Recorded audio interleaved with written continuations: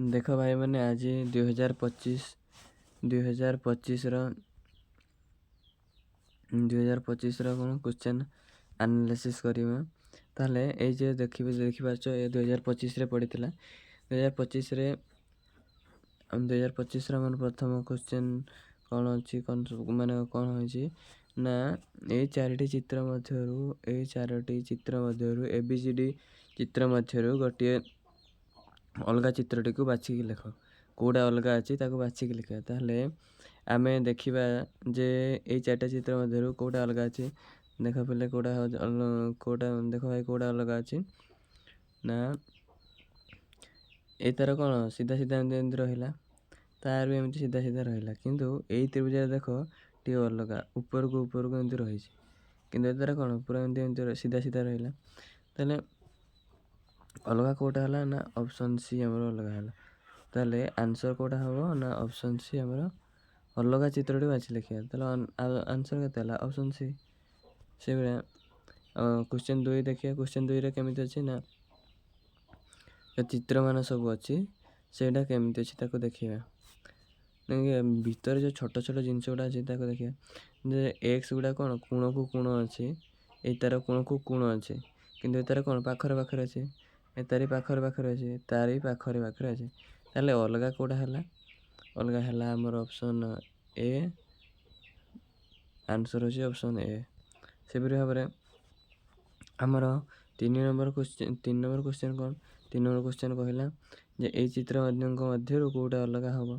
ତାହେଲେ ଦେଖିପାରିବା ସେ ସବୁ ଗୋଟେ ମାନେ ଚାରିକୋଣିଆ ଟାଇପ୍ର ଲାଗୁଛି, କିନ୍ତୁ ଏଇଟା କ'ଣ ଅଛି 3 କୋଣିଆ ଅଛି, ମାନେ ଏଇଟା ହେବ କି? ଏଇଟା ଆମର ହେବନି। ଆନ୍ସର୍ ହେଲା କେଉଁଟା ନା ଆନ୍ସର୍ ହେଲା ଆମର ଅପସନ୍ ସି ହେଲା ଆନ୍ସର୍। ଏଇଟା ହିଁ ଅଲଗା ହେବ। ସେଭଳିଆ 4 ନମ୍ବର ଅପସନ୍ରେ ଆମର ଦେଖିବା ଯେ ତୀର ଚିହ୍ନ ଗୁଡ଼ାର ମାନେ ପଛପଟେ ବାଡ଼ି ସବୁ ଅଛି। ଏଇ ଗୁଡ଼ାରେ 3ଟା ଯାକରେ ବାଡ଼ି ଅଛି, କିନ୍ତୁ ଏଠାରେ ନାହିଁ, ମାନେ ଅଲଗା କେଉଁଟା ହେଲା ଅପସନ୍ ଏ। ଆନ୍ସର୍ ହେଇଯିବ ଆମର ଅପସନ୍ ଏ।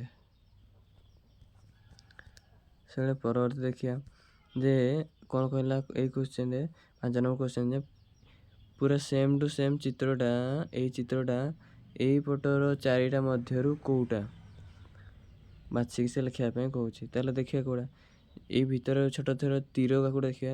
ତୀର କେଉଁଟେ ଯାଇଛି, ଏପଟକୁ ଗୋଟେ ଯାଇଛି, ଏପଟକୁ ଯାଇଛି, ଉପରକୁ ଯାଇଛି। ତାହେଲେ ସେମିତି ଥିବା ଚିତ୍ର ଗୋଟେକୁ ଦେଖିବା। ଦେଖ କେତେ ଅପସନ୍ ବି ଆମର correct answer. Option B answer ହେଇଯିବ ଆମର ଅପସନ୍ ବି। ସେଇଭଳି ଭାବରେ 6 ନମ୍ବର ଦେଖିବା। 6 ନମ୍ବରରେ ଏଇ ଯେଉଁ ଛୋଟ ଜିନିଷ ଦେଖି ଛୋଟ କିଏ ଏଇ ଯେଉଁ 2ଟା ତ୍ରିଭୁଜ ଅଛି। ତାହେଲେ ସେଇ 2ଟା ତ୍ରିଭୁଜ କେମିତି ଅଛି ନା ମାନେ ଏମିତି ଛୋଟ ହେଇକି ଅଛି, ଏମିତି ମିଶିଛି। ତାହେଲେ ଦେଖିବା କେଉଁଠି ଅଛି ସେଇଟା। ଅପସନ୍ କେତେ ଅପସନ୍ ବିରେ ଅଛି। ଆମର ଅପସନ୍ ସି ହେବ ନାହିଁ, କାହିଁକିନା ତଳଟା ଫାଙ୍କା ଅଛି। ଅପସନ୍ ଡି ହେବ ନାହିଁ, କାହିଁକିନା ସେଇ 4 କୋଣିଆ ମଝିରେ ବାଡ଼ି ନାହିଁ। ତାହେଲେ ଏଇଟା ହେବନି, ଏଇଟା ବି ହେବନି, ଏଇଟା ଆମର ଆନ୍ସର୍ ହେବ ଅପସନ୍ ବି। ସେଭଳି ଭାବରେ ଦେଖିବା ଏଇଠି ଦେଖିଲେ ଯେ ଆମର 0ଟା ଆଉ ତ୍ରିଭୁଜଟା ଏମିତି ଅଛି, ସିଧା ଅଛି। ତାହେଲେ ସେମିତି ଥିବା ବାଲା ଚିତ୍ର କେଉଁଟା ନା କେତେ ଅପସନ୍ ଡି। ଦେଖିଲେ ଜଣାପଡ଼ୁଛି ଅପସନ୍ ଡି। ସେଭଳି ଭାବରେ 8 ନମ୍ବର ଦେଖିବା। 8 ନମ୍ବରରେ କ'ଣ ନା ଆମର ଯେଉଁ ବାଡ଼ି ଗୁଡ଼ା ଅଛି ଭିତରକୁ ଅଛି, ଏମିତି ହେଇକି ଭିତରକୁ ଅଛି। ତାହେଲେ ସେଭଳିଆ ଥିବା ବାଲା ଚିତ୍ର ଗୁଡ଼ା କେଉଁଟା? ଏଇଟା ତେଢ଼ା ଅଛି, ଏପଟେ ଅଛି, ଭିତରକୁ ବାହାରକୁ ଅଛି, ଏଇଟା ଭିତରକୁ ଅଛି। ଅପସନ୍ ବି ଠିକ୍ ହେବ। ଅପସନ୍ ବିଟା ଆମର ଠିକ୍ ହେବ। ଆନ୍ସର୍ ହେଲା ଅପସନ୍ ବି। ସେଇପରି ଭାବରେ ଏଇଠି କ'ଣ କହିଲା କ୍ୱେଶ୍ଚନ୍ରେ ଯେ ପୁରା ସେମ୍ ଚିତ୍ର ଗୋଟେ ଏପଟୁ ଆଣିକି ଏଇ ତାର ଖାଲି ସ୍ଥାନ ଯେଉଁ ରହିଛି ତାକୁ ପୂରଣ କରିବାକୁ ହେବ। ତାହେଲେ ସେମ୍ ଚିହ୍ନଟାକୁ ଦେଖିବା କେଉଁଟା ହେବ ଆମର। ଯେ ଆମର କ'ଣ ଏଠାରେ ଯେମିତି ବାଡ଼ି ଗୋଟେ ଟାଣିଦେବା, ବାଡ଼ି ଗୋଟେ ହେବ ପୁରା ଗାର ପକାଇବା, ବାଡ଼ି ଗୋଟେ ଏମିତି ହେବ। ତାପରେ ଭିତରେ କେତେଟା 1 2 3 ତିନିଟା ମାନେ ବାଡ଼ି ଅଛି। ତାହେଲେ ଦେଖିବା ଏଭଳିଆ ଚିତ୍ର ଗୋଟେ ଥିବ କି ଏଇଟା ଅପସନ୍ ବି। ଅପସନ୍ ଡିଟା ହେବନି, କାହିଁକିନା ଏଇଠି ତାର ଅଧା ଚିହ୍ନ ନାହିଁ, ଏଇଟା ଅଧା ନାହିଁ, ଏଇଟା ହୋଇପାରିବ ନାହିଁ। ଏଇଟା ହିଁ ହେବ ଆମର option B correct answer. 10 number ଦେଖିବା। 10 ନମ୍ବରରେ କ'ଣ ନା ଏଇଠି କହିଛି ତାର ପୂରଣ କରିବା ପାଇଁ ହେବ। ତାହେଲେ ଏମିତି ଗୋଟେ ବାଡ଼ି ହେବ ଏଠି, ଆଉ ମଝିରେ 2ଟା ଏମିତି ବାଡ଼ି ହେବ। ତାହେଲେ ଏଇଭଳିଆ ହେବ ଗୋଟେ ଭିତରେ ଏମିତି। ତାହେଲେ ଆମର କେଉଁଟା ହେବ ଦେଖ ପିଲେ, କେଉଁଟା ହେବ ସେଇ କୋଣକୁ କେଉଁଟା ଯାଇଛି ନା ଅପସନ୍ ଡି ତ ଆମର ଗୋଟେ ଯାଇଛି ଆଉ ଆନ୍ସର୍ ହେଇଯିବ ଅପସନ୍ ଡି। ସେମିତି 11 ନମ୍ବର ଦେଖ, 11 ନମ୍ବର ଆନ୍ସର୍ କେଉଁଟା ହେବ ନା କେତେ ପିଲା କହିବେ ସି ଆନ୍ସର୍ ବୋଲି, କିନ୍ତୁ ସି ଆନ୍ସର୍ ହେବନି। କାହିଁକି ନା ଦେଖ ଏଇଠି ଗୋଟେ ମଝିରେ ତିନିକୋଣ ଯାଇଛି ନା, ଦେଖ ଏପଟେ ଯେହେତୁ ତିନିକୋଣିଆ ଗୋଟେ ଯାଇଛି, ଏପଟେ ଯେହେତୁ ଗୋଟେ ତିନିକୋଣିଆ ଯାଇଛି ଏଠି ମଧ୍ୟ ସେମିତି ଗୋଟେ ତିନିକୋଣିଆଟା ହେବ। ସେଥିପାଇଁ ଆନ୍ସର୍ କେତେ ହେବ ଆମର ନା ଅପସନ୍ ଡି ହେବ କରେକ୍ଟ। ସେଭଳିଆ ଦେଖ ଏଇ ଚିତ୍ର ଆଉ ଏଇ ଚିତ୍ର, ଏଇ କୋଣ ଆଉ ଏଇ କୋଣ ମଧ୍ୟରେ ଗୋଟେ ସାମଞ୍ଜସ୍ୟ ଅଛି, ମାନେ ଏଇଟା ହ୍ୱାଇଟ୍ ଅଛି କୋଣଟା, ଏଇଟା ବି ହ୍ୱାଇଟ୍ ଅଛି, ତେଣୁ ଏଇଟା ବ୍ଲାକ୍ ଅଛି, ଏଇଟା ବି ବ୍ଲାକ୍ ହେବ। ତାହେଲେ ଏମିତି ହେବା ଚିତ୍ର ଗୋଟେ ହେବା ଦରକାର ଯେଉଁଟାରେ ବ୍ଲାକ୍ ହେବ। ତାହେଲେ ଅପସନ୍ କେଉଁଟା ନା ଅପସନ୍ ଆମର ଡି ହେଇଯିବ। ଅପସନ୍ ସି ହେବନି, କାହିଁକିନା ଭିତରକୁ ଅଛି, ଆମକୁ ବାହାରକୁ ଦରକାର। ତାହେଲେ ଅପସନ୍ ଡି ଆମର ଠିକ୍ ହେଇଯିବ।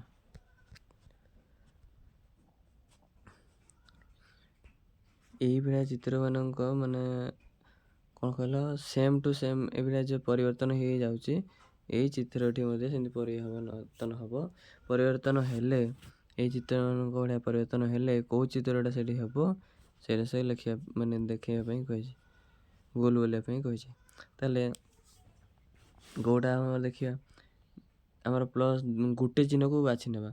ଧର ଆମେ ପ୍ଲସ୍କୁ ବାଛି ନେଲେ, ପ୍ଲସ୍ କୁଆଡ଼େ ଗଲା ଏପଟେ ଆସିଲା, ତାପରେ ପ୍ଲସ୍ କୁଆଡ଼େ ଗଲା ଏଇ କୋଣରେ ଥିଲା, ଆସିଲା ଏଇ କୋଣକୁ, ଏଇଠି ଆସିଲା, ଏଇଠି ଆସିନା ଏଇଠି ଆସିଲା, ତାପରେ ଯିବ କୁଆଡ଼େ ଏଇ କୋଣକୁ ଯିବ, ତାପରେ ଯିବ କୁଆଡ଼େ ଏଇ କୋଣକୁ ଯିବ। ସେଥିପାଇଁ ପ୍ଲସ୍ ଯେତେବେଳେ ଏଇ କୋଣକୁ ଆସିଲା ତାପରେ କୁଆଡ଼େ ଯିବ 4 ନମ୍ବରରେ ଏଇ କୋଣକୁ ଆସିବ। ତାହେଲେ ସେଇ କୋଣରେ ପ୍ଲସ୍ ଥିବା ବାଲା ଚିହ୍ନ କେଉଁଟା ନା ଅପସନ୍ ସି, ଆନ୍ସର୍ ହେଇଯିବ ଅପସନ୍ ସି। ସେମିତି ଆମର ଦେଖିବା 14 ନମ୍ବର କହିଲା କେମିତି ନା ଏପଟେ 3ଟା ଅଛି, ଏଠି ଗୋଟେ ଅଛି। ତାହେଲେ ଏଠି ଷ୍ଟାର୍ ଯେତେବେଳେ ରହିଲା ତା ଆଗରୁ କିଏ ଥିଲା ଏକ୍ସ ଥିଲା। ଷ୍ଟାର୍ ଯେତେବେଳେ ଷ୍ଟାର୍ କେତେବେଳେ ତଳକୁ ଆସିବ, କାହିଁକିନା ଏଇ 3ଟା ମଧ୍ୟରୁ କିଛି ଫାଙ୍କା ହେଲେ ସିନା ତଳକୁ ଆସିବ। ସେଥିପାଇଁ ଏଇ ଯେଉଁ ଏପଟୁ ଏକ୍ସ ପଳେଇଲା ସେପଟକୁ, ଆଉ ଇଏ ତଳକୁ ଆସିଲା। ସେଭଳିଆ ଶେଷ ମାନ କେମିତି ତଳକୁ ଆସିବ, କାହିଁକିନା 0 ତା ଆଗରୁ କିଏ ଅଛି 0 ଏଠି ଗଲେ ଯାଇ ସେଇଟା ଆସିବ। ସେଥିପାଇଁ ଶେଷ ମାନ ଏଇଠି ଆସିବ, 0ଟା ଏଇଠି ଯିବ। ତାହେଲେ ସେମିତି କେଉଁ ଚିହ୍ନଟା ଅଛି ନା ଅପସନ୍ ଆମର କେତେ ଅପସନ୍ ଡି ଆମର ଠିକ୍ ହେବ।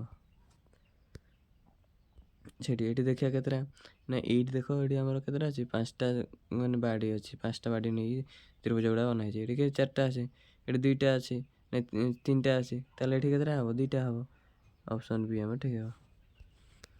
ସେମିତି ଏଠି ଦେଖିବା ଏଇ ଚିତ୍ରମାନଙ୍କରେ ଆମର ତୀର ଚିହ୍ନ ଏପଟେ ଥିଲା, ତାପରେ ତୀର ଚିହ୍ନ ଏପଟେ ହେଲା, ତାପରେ ଏପଟେ ହେଲା, ତାପରେ କୁଆଡ଼େ ଯିବ ଏପଟେ ହେବ, ଏପଟେ ତୀର ଚିହ୍ନଟା ହେବ। ଆଉ ତାପରେ କ'ଣ ଦେଖିବା ନା 3ଟା ବାଡ଼ି ଥିଲା, ଏଠି 2ଟା ବାଡ଼ି ହେଲା, ଏଠି ଗୋଟେ ବାଡ଼ି, ଏଠି ଗୋଟେ ବାଡ଼ି ହେବନି, କଟିଯିବ। ତାହେଲେ ଆନ୍ସର୍ ହେବ ଆମର ଅପସନ୍ ସି କରେକ୍ଟ ହେବ। ତାହେଲେ ଏଇ ଚିତ୍ରମାନଙ୍କ ଦେଖିବା ଯେ ଏଇଭଳିଆ ଗୋଟେ ସାମଞ୍ଜସ୍ୟ ଚିହ୍ନ ଏଇ ତାର ମଧ୍ୟରେ ଥିବା, ଏଇଭଳିଆ ଏଇ ତା ମଧ୍ୟରେ ସାମଞ୍ଜସ୍ୟ ଅଛି, ଏଇ ତାର ମଧ୍ୟରେ ମଧ୍ୟ ସାମଞ୍ଜସ୍ୟ ଥିବା ଚିତ୍ରଟିକୁ ବାଛିକି ମାନେ ଗୋଲ ବୋଲିବା ପାଇଁ ସେ କହିଛି। ଯେତେବେଳେ ତୀର ଚିହ୍ନ ଗୁଡ଼ା ଏପଟେ ଥିଲା ସେତେବେଳେ ଏପଟେ ହେଲା, ଯେତେବେଳେ ଅଲ୍ଟରନେଟ୍ ଯେତେବେଳେ ଏଇ ତାର ଅଲ୍ଟରନେଟ୍ ଏଇଟା ଅଛି, ଏପଟେ ଯେତେବେଳେ ତୀର ଚିହ୍ନ ଅଛି, ତାହେଲେ ତୀର ଚିହ୍ନ କୁଆଡ଼େ ଯେତେବେଳେ ତଳକୁ ଥିଲା ତାର ତୁଳନାରେ କ'ଣ ହେବ ଉପରକୁ ହେବ, ଉପରକୁ ଆଉ ମଧ୍ୟ ଉପରକୁ ହେବ। ଆଉ ମଝିରେ ଗୋଟେ ଯେ ତାର କ'ଣ ଅଛି ହ୍ୱାଇଟ୍ ଗୁଲେଇ ଅଛି, ତାର ମଧ୍ୟ ହ୍ୱାଇଟ୍ ଗୁଲେଇ ହେବ। ଆନ୍ସର୍ କେଉଁଟା ହେଇଯିବ ନା ଆନ୍ସର୍ ଆମର ବି ହେଇଯିବ। ସେଭଳି ଭାବରେ ଏଇଟା ଦେଖିବା ଯେ କେଉଁ ମାନେ ଚିହ୍ନ ଗୁଡ଼ା ଅଛି, ଏଠି ସବୁ କ'ଣ ଅଛି ନା ତ୍ରିଭୁଜ ଅଛି, ଗୁଲେଇ ଅଛି, ଚାରିକୋଣିଆ ଅଛି। ଦେଖ ଏଇପଟୁ ଆମର ନେଲା, ମାନେ ଏଇପଟୁ ଏପଟକୁ ନେଲା ହେଲା। ଫାର୍ଷ୍ଟ ଚାରିକୋଣିଆ ରଖିଲା, ତା ମଝିରେ ଗୁଲେଇ ରଖିଲା, ତା ମଝିରେ ତୀର ରଖିଲା। ସେମିତି ଆମର ଏପଟୁ ଯିବ ହେଲେ କ'ଣ ହେବ, ଫାର୍ଷ୍ଟ ଗୁଲେଇ ରହିବ, ତା ଭିତରେ 3 କୋଣିଆ ରହିବ, ତାପରେ 4 କୋଣିଆ ରହିବ। ଫାର୍ଷ୍ଟ ଗୁଲେଇ ରହିବ, ତାପରେ 3 କୋଣିଆ, ତାପରେ ଫାର୍ଷ୍ଟ ଗୁଲେଇ ରହିବ, ତାପରେ 3 କୋଣିଆ ରହିବ, ତାପରେ 4 କୋଣିଆ ରହିବ। ଅପସନ୍ ବି ଠିକ୍ ହେଇଯିବ। ସେମିତି ଏଇ ଚିହ୍ନରେ ଦେଖିବା ଯେତେବେଳେ ଏଇ ସାଇଡ଼୍ରେ ଥିଲା ସେକେଣ୍ଡ ଉପରକୁ ପଳେଇଲା ଏମିତି ଘୁରିଗଲା, ତାହେଲେ ଏଇଟା ଯେତେବେଳେ ଏଇ କୋଣକୁ ଅଛି ଏମିତି ଘୁରିବ ନା, ମାନେ ଏମିତି ଘୁରୁଛି ଆମର, ହେଲେ ଏପଟେ ଘୁରିଲେ କୁଆଡ଼େ ଯିବ ନା ଏଇ କୋଣରେ ଥିଲା ଏଇ କୋଣକୁ ଆସିବ, ତାହେଲେ ଅପସନ୍ କେତେ? ଅପସନ୍ ସି ଠିକ୍ ହେବ। ସେଭଳି ଭାବରେ ଏଇଟା ଦେଖିବା ଯେ ଆମର ଯେତେବେଳେ ଏଇଟା ଏମିତି ଥିଲା ସେକେଣ୍ଡ ଚିତ୍ର କଲାବେଳେ ଏମିତି ହେଇଗଲା, ଯେତେବେଳେ ଏଇଟା ଏମିତି ଅଛି ସେକେଣ୍ଡ ଚିତ୍ର ଯେବେଳେ କେମିତି ଅଛି ଏମିତି ହେବ, ତାହେଲେ କେତେ? ଅପସନ୍ ସି ଠିକ୍ ହେବ।